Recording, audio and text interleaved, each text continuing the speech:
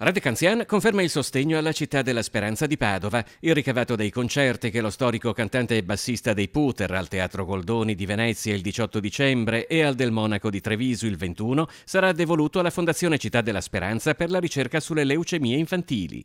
Per noi è stata già un'emozione quando l'anno scorso Red ci ha contattati appunto per questo concerto. Già per il passato ha fatto delle cose, ma centrare la serata proprio per Città della Speranza è stata una grande emozione, ma direi anche un grande successo.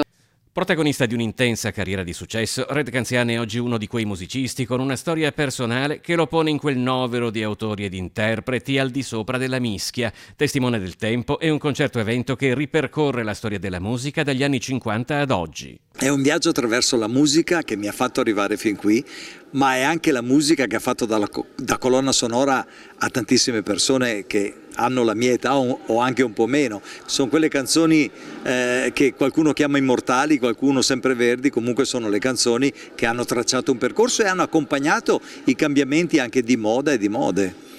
Un viaggio fantastico dal rock and roll di Little Richard alla psichedelia dei Pink Floyd, dai grandi successi dei Pooh di Lucio Battisti alle poesie di Luigi Tenco e Gino Paoli, oppure ancora i Beatles, Bob Dylan, Elton John. È un mondo di canzoni nel quale Red Canzian si sente a suo agio, forte di una maturità artistica che gli permette di disegnare un quadro omogeneo da un'epopea che per definizione è un'esplosione di stili.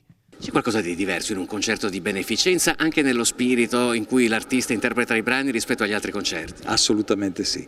Fino a un attimo prima di salire in palco pensi che bello, sì, ma quando cominci a cantare hai un brivido, guarda, io te lo sto dicendo adesso, ho avuto lo stesso, hai un brivido che rende tutto più bello.